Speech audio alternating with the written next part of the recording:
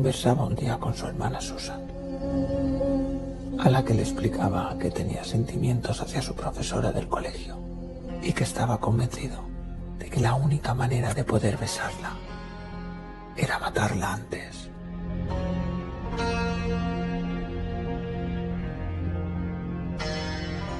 Los juegos y las pruebas macabras eran una constante en el pequeño, que no dudaba en convencer a sus hermanas para que jugasen con él, a simular su propia sentencia de muerte.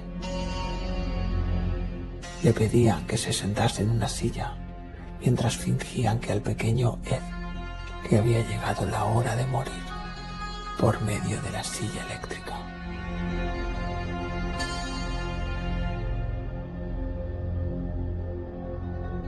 No obstante, era precisamente con sus hermanas con las que mantenían mejor relación dentro de la casa familiar. Su gran enemiga era su madre, Clannere Kemper, una mujer estricta y de moral regia. Trataba a su hijo con desprecio y en ocasiones empleaba malos tratos. Era habitual que el niño durmiese en el sótano de la casa, por el mero hecho de que Clarnell tenía miedo a que violase a sus hermanas en mitad de la noche.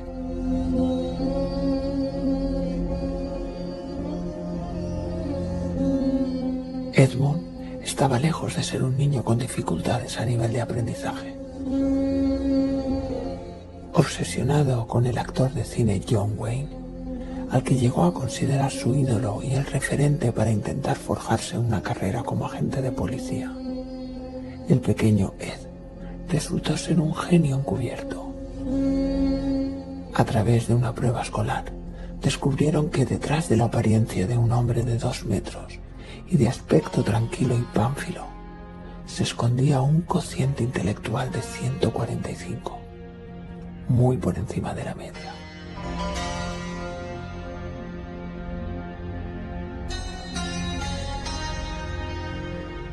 Pero todo este potencial le llevó únicamente a cometer el primer crimen con el gato siamés de la familia. Lo enterró en el patio trasero, antes de volver a sacarlo para guardarse la cabeza, clavarla en una pica y adornar con ella el cabecero de la cama, para montar una suerte del altar de rezo.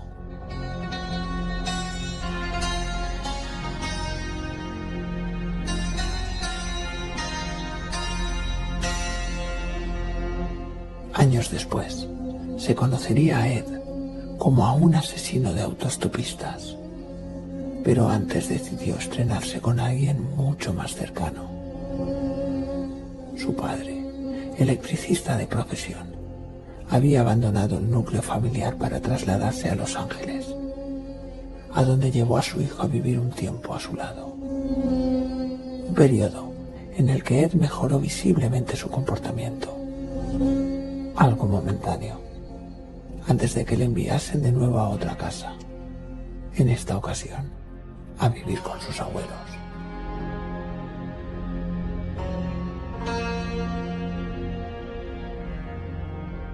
Solo había una pega: el comportamiento de la abuela de los Kemper era similar al de Clarnell, estricto y dirigido a inducir a su nieta que cualquier impulso sexual era el peor de los pecados.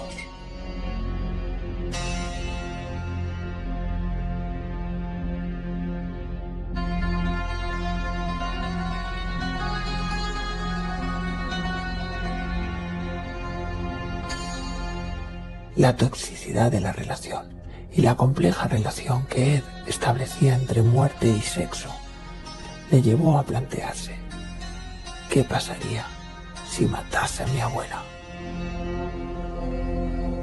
Un pensamiento que le llevó, todavía siendo un adolescente, a asesinar a la mujer que estaba a su cargo con una pistola.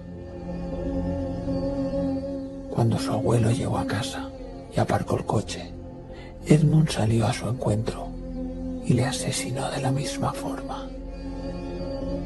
En esta ocasión, aseguró, por el mero hecho de ahorrarle presenciar lo que acababa de hacer dentro de la casa.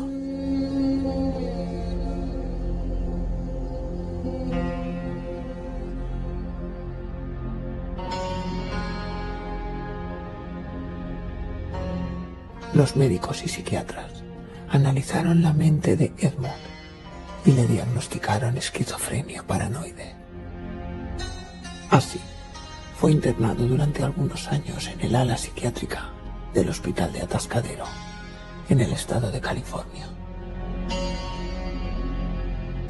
Allí, Ed se valió de toda su astucia para hacerse con los mismos manuales que utilizaban los doctores para realizar los exámenes a los pacientes y conocer los resortes de cada prueba. Engañó a los responsables de su tratamiento de una mejoría milagrosa en apenas unos meses, hasta que consiguió hacerse pasar por una persona cabal y preparada para volver a salir a la calle y regresar a casa con Clarnell en Santa Cruz.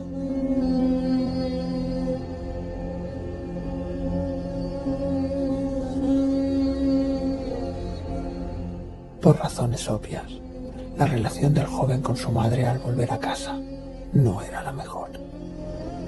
Ella se había casado y divorciado otras 2 veces, mientras Ed seguía canalizando los enfrentamientos con su madre en impulsos homicidas.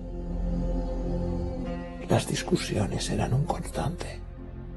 Edmund llegaría a asegurar que estaba seguro de que habría golpeado antes a mi madre si fuera un hombre.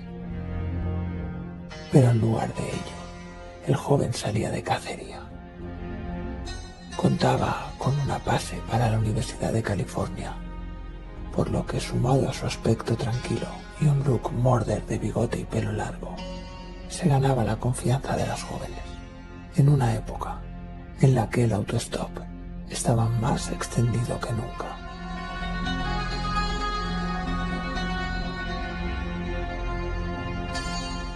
La primera de sus víctimas fue Mary Ann Peace, una joven de 18 años que necesitaba, junto a su amiga Anita, que las llevasen al campus. No fue la idea de Ed, que llevó el coche hasta un lugar apartado, metió a Anita en el maletero y asesinó a Mary Ann a puñaladas, tras un intento fallido de estrangularla con una bolsa y un cinturón. Le empujé la cabeza hacia atrás y le hice un corte en la garganta. Perdió el conocimiento inmediatamente.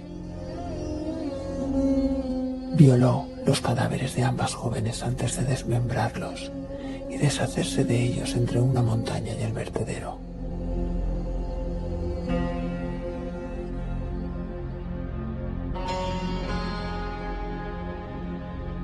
Ed reconocería que volvió a visitar la tumba con frecuencia, ya que sentía un enamoramiento enfermizo post-mortem con Peace.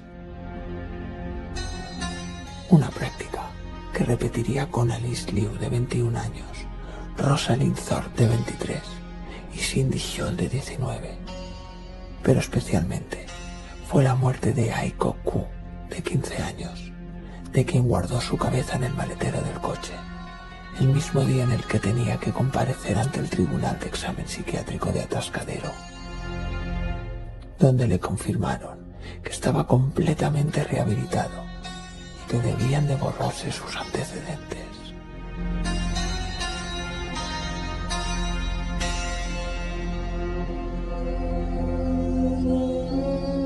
Ocho víctimas en total antes de que, en una sola noche, Kemper llegase a la conclusión de que todo había terminado.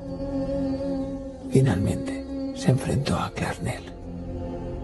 Le rajó el cuello con un cuchillo y separó su cabeza del cuerpo, tal y como había fantaseado en alguna ocasión. Violé su cabeza cortada. Cuando terminé, la puse en un estante y le grité durante 1 hora.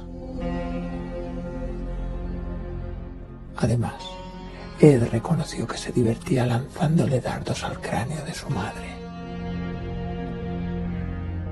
No obstante, había una pega. Ese crimen terminaría por delatarle. Nadie se creía que, conocida la animadversión entre ambos, Clarnell decidiese abandonar la casa de la noche a la mañana y marcharse.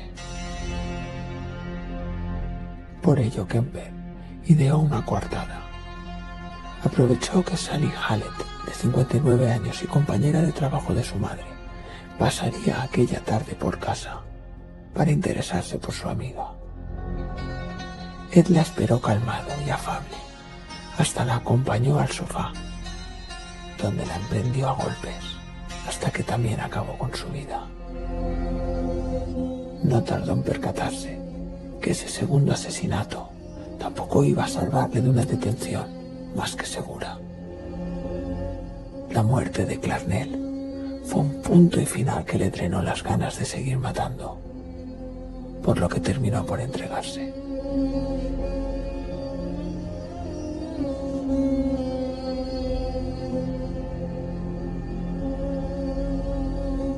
El juicio no admitió dudas.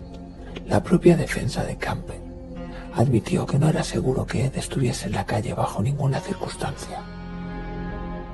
En 1973, Ed Kemper fue condenado a cadena perpetua en la prisión estatal de Vacaville, sin posibilidad alguna de que le concedieran la libertad condicional.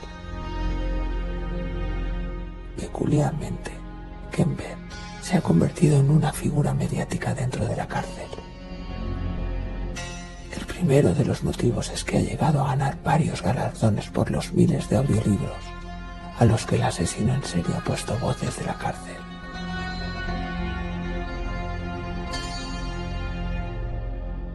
Y es que Ed, una de las cualidades con las que cuenta, es un tono de voz grave y profundo que le da las características de un gran narrador.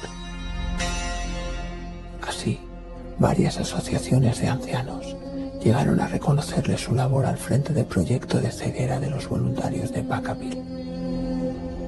Incluso una pareja de invidentes fueron a visitarle a la cárcel días antes de casarse para agradecerle la compañía.